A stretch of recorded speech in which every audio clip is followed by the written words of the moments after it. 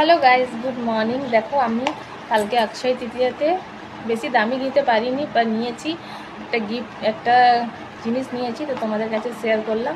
তো চলো খুলে করে দেখাই। কি আছে তো দেখাবো, আর ওটা পরে করেও দেখাবো। এই দেখো, এর মধ্যে আছে একটা জিনিস।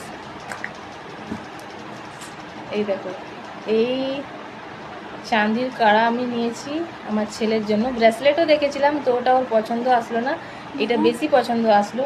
তো আমি ওকে পরিয়ে করেও দেখাবো, ঠিক আছে? তো চল। তো আয়ুষ, এই নে তোর গিফট। আচ্ছা, পরে দেখো কেমন লাগছে। এই দেখো, দেখাও বাবু, আরামসে এমনি করে দেখাও।